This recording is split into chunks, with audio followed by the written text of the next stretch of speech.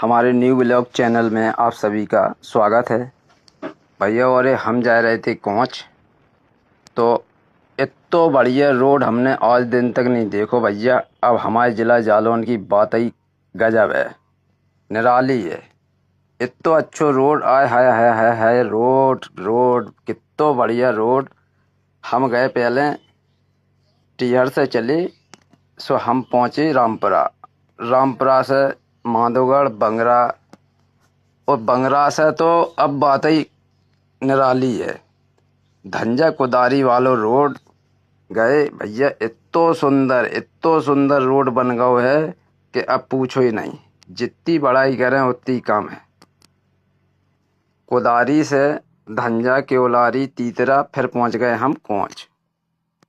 ठीक है दोस्तों, आईडी को लाइक फॉलो करें। धन्यवाद।